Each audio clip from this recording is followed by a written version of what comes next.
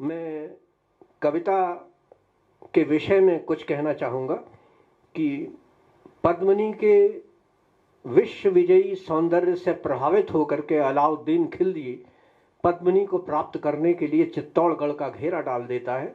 जब 6 महीने तक संग्राम चलता है, जब वो अपने उद्देश्य में सफल नहीं होता तो एक संदेशा भिजवाता है कि ठीक है, पद्मिनी को केवल शीशे में दिखा दो, हम वापस हो जाएंगे।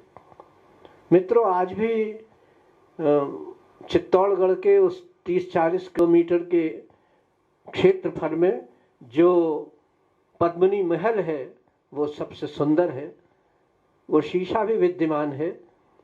जब ये संदेशा जाता है कि हम केवल शीशे में दिखा दो, वापस हो जाएंगे, तो राणा रत्न सिंह, रावल रत्न सिंह लड़ाकू तो थे लेकिन वे सीधे बहुत थे।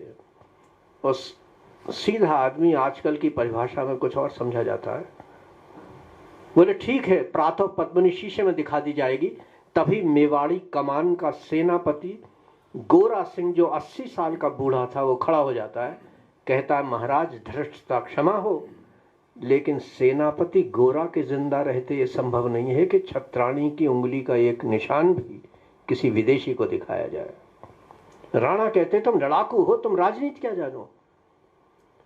जब ये बात कही जाती है तो ये बात उसे बहुत अंदर तक चुभती। तुम लड़ाकू हो, तुम राजनीति क्या जानो। वो खड़ा हो जाता है और तलवार, बोलता कुछ नहीं, तलवार फेंक के दरबार से जाने लगता है।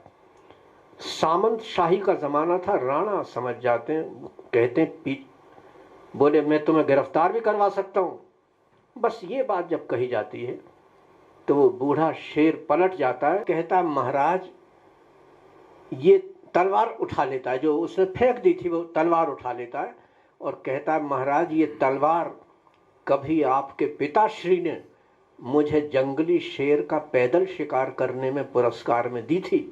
अगर आप आदेश करें तो मैं अपना सर काट के आपके चरणों पर रख दूं इसी तलवार से। पर यदि आपके मन में ये अभिमान जागृत हो गया हो कि बूढ़े सेनापति के हाथों में कोई हथकड़ियां डाल सकता है, तो एक बार आप मेवाड़ी तलवारों को आजमा कर देख लो। और तलवार खड़ा हो जाता है। सब लोग, ये बात जब कही जाती है तो सब लोग नीचे देखने लगते हैं। राणा समझ जाते हैं कि इसका मुकाबला कोई नहीं कर पाएगा। वो कहते ठीक है, तुम जा सकते हो, लेकिन मैं तुम्हें कसम देता हूं, अब दोबारा कभी मेवाड़ की मिट्टी पे कदम मत रखना। गोरा कहता है महाराज, आपके आदेश का पालन करूंगा। और फिर अपने भतीजे बादल सिंह से, कृपया ये बात ध्यान में रखिएगा मेरे शब्दों पर, अपने भतीजे बादल सिंह से कहता है बेटा, और बादल उस व्यक्ति का नाम था, ये इसका भतीजा था, इसके भाई का बेटा था। माँ बाप तो मर चुके थे लेकिन गोरा नहीं पाला था, एक तरह से इसका पुत्र था वो। उससे कहता है बेटा, अब हमारा यहाँ कोई काम नहीं, अब तो पद्मिनी शीशे में दिखाई जाने लगी, अब क्यों बैठे हो यहाँ। गर्जी है वो भी इनके साथ चला जाता है। कुछ और पानीदार सरदार वो भी इनका अनुगमन करते हैं, चले जाते हैं। अगले दिन खिलजी आता है, उसका बड़ा स्वागत सत्कार करके होता है।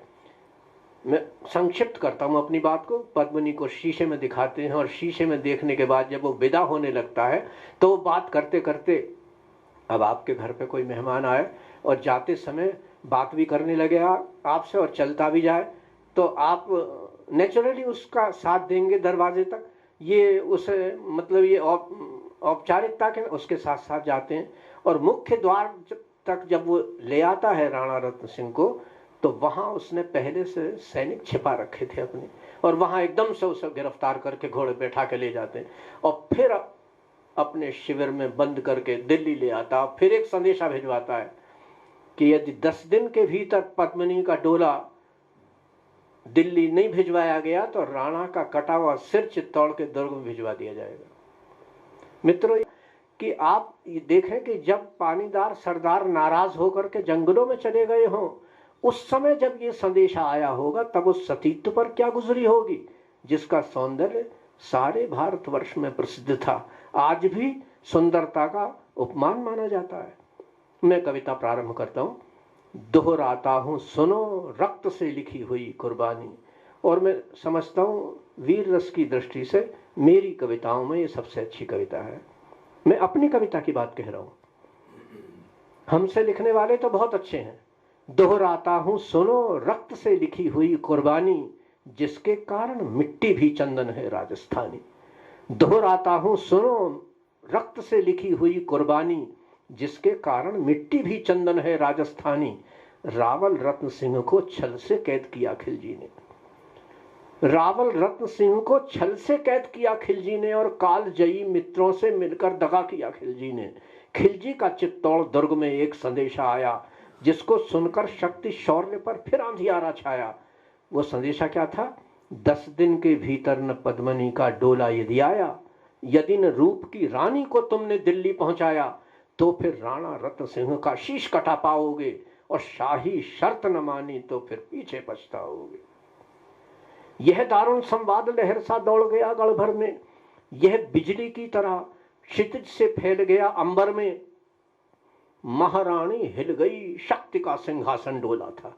आपका ध्यान चाहूंगा शब्द पर। महारानी हिल गई, शक्ति का सिंहासन डोला था सतीत मजबूर, जुल्म विजयी स्वर में बोला था। रुष्ट हुए बैठे थे सेनापति गोरा रणधीर, रुष्ट हुए बैठे थे सेनापति गोरा रणधीर, जिनसे रण में भय खाती थी खिलजी की शमशीर। अन्य अनेकों मेवाड़ी योद्धा गढ़ छोड़ गए थे, कितने ही आदमी चले गए थे, जिनसे रण में भय खाती थी खिलजी की शमशीर। अन्य अनेकों मेवाड़ी योद्धा गढ़ छोड़ गए थे, रत्न सिंह की संधि नीति से नाता तोड़ गए थे। पर रानी ने प्रथम वीर गोरा को खोज निकाला। पद्मिनी जानती थी कि मेरे सतीत्व की रक्षा वही तलवार कर सकती है।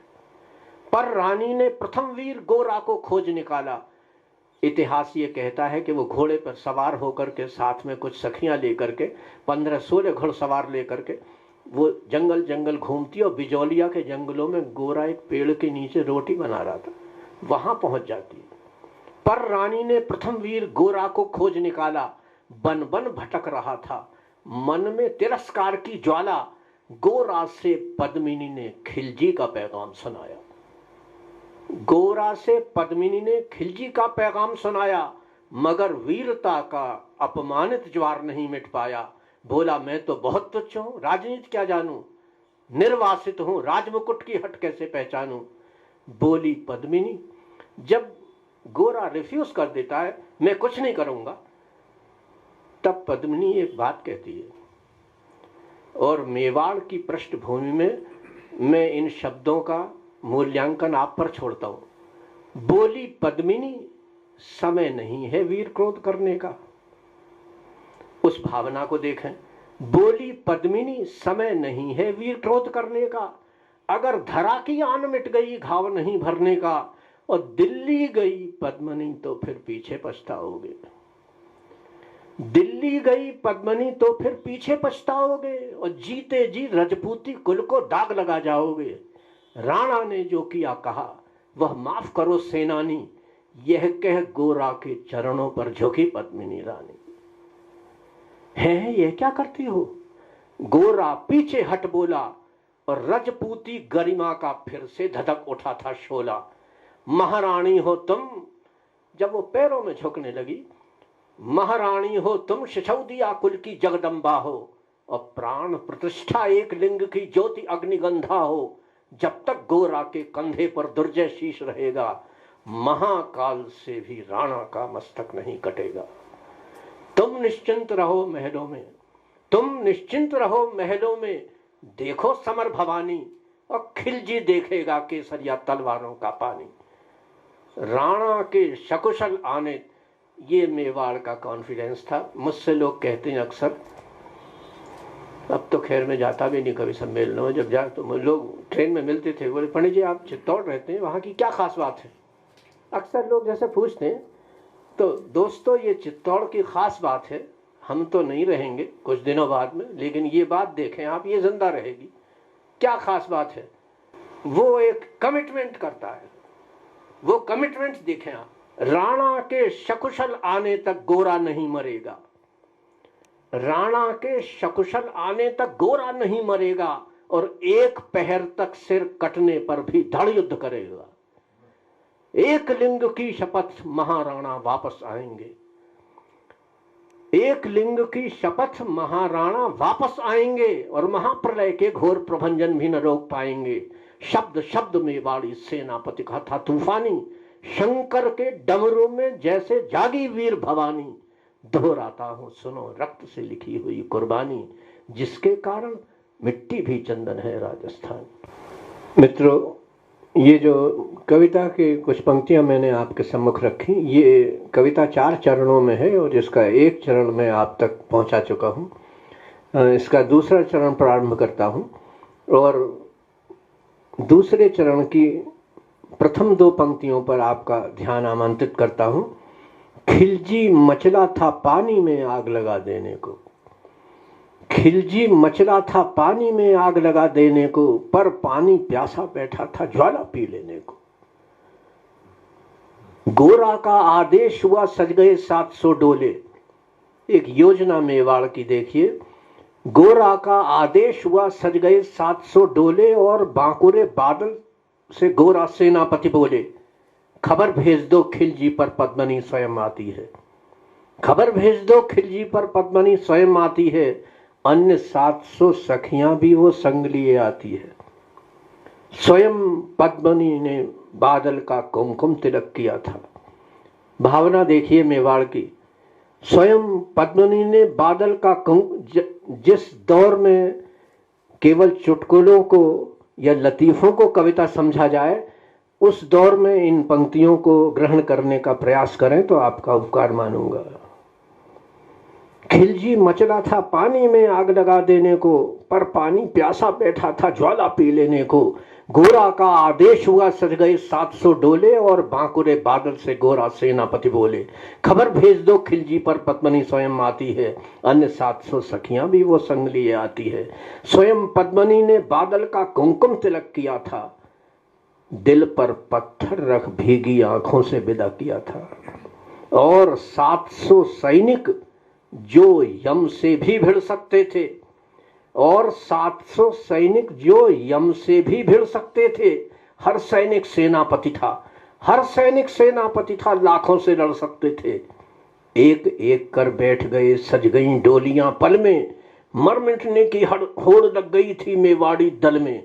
हर डोली में एक वीर था 4 उठाने वाले, हर डोली में एक वीर था 4 उठाने वाले। पांचों ही शंकर के गण की तरह समरमत वाले। बजा कूंच का शंख, सैनिकों ने जयकार लगाई। हर हर महादेव की ध्वनि से दशो दिशा लहराई। गोरा बादल के अंतस में जगी ज्योति की रेखा, गोरा बादल के अंतस में जगी ज्योति की रेखा। मातृभूमि चित्तौड़ दुर्ग को फिर जी भर कर देखा। कर अंतिम प्रणाम घोड़ों पर चढ़े सुभट अभिमानी। मानवीय संवेदना से देखें, कर अंतिम प्रणाम घोड़ों पर चढ़े सुभट अभिमानी। देशभक्ति की निकल पड़े लिखने को अमर कहानी, जिसके कारण मिट्टी भी चंदन है राजस्थानी। ये इसका तीसरा चरण देखें। जा पहुंची डोलियां एक दिन खिलजी की सरहद में, जा पहुंची डोलियां एक दिन खिलजी की सरहद में। उधर दूत भी जा पहुंचा खिलजी के रंग महल में। मेवाड़ का दूत सलाम करके बोलता है, उधर दूत भी जा पहुंचा खिलजी के रंग महल में। बोला शहंशाह पद्मिनी मलिका बनने आई है, बोला शहंशाह पद्मिनी मलिका बनने आई है। रानी अपने साथ हुस्न की कलियां भी लाई है। एक मगर फरियाद फकत उसकी पूरी करवा दो, राणा रतन सिंह से केवल एक बार मिलवा दो। खिलजी उछल पड़ा, ये सुनकर फौरन हुक्म किया था। बड़े शौक से मिलने का शाही फरमान दिया था। वह शाही फरमान दूत ने गोरा तक पहुंचाया। गोरा झूम उठे उस क्षण बादल को पास बुलाया। मित्रों, जैसे मैंने भूमिका में कहा था कि बादल के माता पिता मर चुके थे, यही उसका माँ भी यही, पिता भी यही था। इस भावना की दृष्टि से इन पंक्तियों को देखें। गोरा झूम उठे उस क्षण बादल को पास बुलाया। बोले बेटा वक्त आ गया है अब कट मरने का। मेवाड़ की जिजीविषा देखें। बोले बेटा वक्त आ गया है अब कट मरने का। त्रिभूमि मेवाड़ धरा का दूध सफल करने का। यह लोहार पद्मनी वेश में बंदी गृह जाएगा, यह लोहार पद्मनी वेश में बंदी गृह जाएगा। केवल 10 डोलियां लिए गोरा पीछे धाएगा, ये बंधन काटेगा हम राणा को मुक्त करेंगे। एक योजना है, ये बंधन काटेगा हम राणा को मुक्त करेंगे। घुड़सवार कुछ उधर आड़ में ही तैयार रहेंगे, जैसे ही राणा आए वे सब आधी बन जाएं और उन्हें चित्तौड़ दुर्ग तक वे सकुशल पहुंचाएं। अगर भेद खुल जाए वीर, और मैं ये कह देना चाहता हूं कि वो वास्तव में भेद खुल जाता है और बादल सिंह को समग्र सेना का मुकाबला करना पड़ता है दिल्ली की। अगर भेद खुल जाए वीर, पर ये सावधान पहले ही कर दिया था उसने, अगर भेद खुल जाए वीर तो पल की देर न करना, और शाही सेना आ पहुंचे तो फिर बढ़कर रण करना। राणा जाए जिधर, शत्रु को उधर न बढ़ने देना, और एक यवन को भी उस पथ पर पांव न धरने देना। मेरे लाल लाडले बादल, मेरे लाल लाडले बादल आन न जाने पाए, और तिल तिल कट मरना मेवाड़ी मां न जाने पाए। ऐसा ही होगा काका, रजपूती अमर रहेगी, बादल की मिट्टी में भी गौरव की गंध रहेगी। ऐसा ही होगा काका, रजपूती अमर रहेगी, बादल की मिट्टी में भी गौरव की गंध रहेगी। तो फिर आ बेटा बादल, सीने से तुझे लगा लूं, हो न सके शायद अब मिलना। मित्रों, इन पर आपका विशेष ध्यान चाहूंगा। तो फिर आ बेटा बादल, सीने से तुझे लगा दूं, हो न सके शायद अब मिलना। अंतिम लाल लड़ा लूं, यह कह बाहों में भरकर बादल को गले लगाया। धरती कांप गई, अंबर का अंतस मन भर आया। जब कमजोरी आने लगी मन में, सावधान सावधान कह पुनः बढ़े पथ पर गोरा सेनानी, सावधान कह पुनः बढ़े पथ पर गोरा सेनानी। पोंछ लिया झट से मुड़कर बूढ़ी आंखों का पानी, जिसके कारण मिट्टी भी चंदन है राजस्थानी। मैं इस कविता का समापन अंश आपको सादर भेंट करता हूं, और आप मेरा इसे गर्वोक्ति न समझें, मेरी विनम्र स्पष्टोक्ति हो सकती है ये, कि यदि आप अपने खून में कुछ गर्मी महसूस करें और आपके इस अंश को सुनकर के अगर शरीर के रोंगटे खड़े हों और रोमांच हो, तो मैं समझूंगा मेरी कविता सफल है। गोरा की चातुरी चली राणा के बंधन काटे, जो उनकी योजना थी वो सफल होती। गोरा की चातुरी चली राणा के बंधन काटे, छांट छांट कर शाही पहरेदारों के सर काटे। लिपट गए गोरा से राणा गलती पर पछताए। आप उससे जुड़ने का प्रयास करें। लिपट गए गोरा से राणा गलती पर पछताए, सेनापति की नमक हलाली देख नैन भर आए। पर खिलजी का सेनापति पहले से ही शंकित था। उसे ये शंका थी कि इसमें कहीं धोखा ना हो जाए, और वो इनसे पहले से आतंकित था। पर खिलजी का सेनापति पहले से ही शंकित था। वह मेवाड़ी चट्टानी वीरों से आतंकित था। जब यह मिलन लखा, समझा पद्मनी नहीं आई है। वो गले मिलते देख लेता है एक गवाक्ष में से दूर से। जब यह मिलन लखा, समझा पद्मनी नहीं आई है, और मेवाड़ी सेना खिलजी की मौत साथ लाई है। मेवाड़ी सेना खिलजी की मौत साथ लाई है। पहले से तैयार सैन्य दल को उसने ललकारा। निकल पड़ा टिड्ढीदर रण का, बजने लगा नगाड़ा। मैंने जैसे आपसे अर्ज किया था कि गोरा ने सावधान किया था कि बेटा अगर शाही लश्कर आ जाए तो फिर प्राणों पर खेल जाना। वो वक्त आ गया। रण का बजले नगा नगाड़ा, दृष्टि फिरी गोरा की मानी राणा को समझाया। दृष्टि फिरी गोरा की मानी राणा को समझाया। रण मत वाले को रोका, जबरन चित्तौड़ पठाया। राणा रत्न सिंह कहते हैं, मैंने एक बार गलती की तो मैं दरबार, अब मैं तुम्हें अकेला छोड़ के नहीं जाऊंगा। तो वो कहते हैं, यहाँ लोग मरने के लिए आए हैं और हम आपको किसी कीमत में मरने नहीं दे। जबरदस्ती उसे 4 आदमी घुड़सवार घोड़े पे बैठा के जबरदस्ती रण मतवाले को रोका, जबरन चित्तौड़ पठाया। राणा चले तभी शाही सेना लहरा कर आई। राणा चले तभी शाही सेना लहराकर आई और खिलजी की लाखों नंगी तलवारें पड़ी दिखाई। खिलजी ललकारा, दुश्मन को भाग न जाने देना, रत्न सिंह का शीश काट कर ही वीरो दम लेना, टूट पड़ो मेवाड़ी शेरो, बादल सिंह ललकारा। ये जिम्मेदारी उसी के ऊपर तो थी। टूट पड़ो मेवाड़ी शेरो, बादल सिंह ललकारा, हर हर महादेव का घर जा नब्बे दी जयकारा। निकल डोलियों से मेवाड़ी बिजली लगी चमकने, निकल डोलियों से मेवाड़ी बिजली लगी चमकने, काली का खप्पर भरने तलवारें लगी खटकने। राणा के पथ पर शाही सेनापति तनिक बढ़ा था। प्रस्तुत कविता अपने समापन अंश की ओर है और मैं बीच में अपनी तरफ से कुछ बात इसमें जोड़ना चाहता हूँ। जो जिम्मेदारी बादल को दी गई थी वो समग्र सेना का मुकाबला करने की, वो प्राण प्रण से उसे पूरी करता है, और जिसकी उम्र केवल 14 वर्ष की थी। गोरा 80 साल के थे, ये 14 वर्ष, 2 पीढ़ियों के समर्पण की है, कालजयी समर्पण की बात है। आज देखें आप, ये पीढ़ी जो है, मतलब ये जिसने अपने बुजुर्ग के कहने पर एक अविनाशी शौर्य का प्रदर्शन किया और प्राण तक समर्पित कर दिए, आज प्रणाम करने तक में भी हमारी ये नई पीढ़ी जो है शर्म का अनुभव करती है। मैं इस प्रसंग में भी इन पंक्तियों को देखें।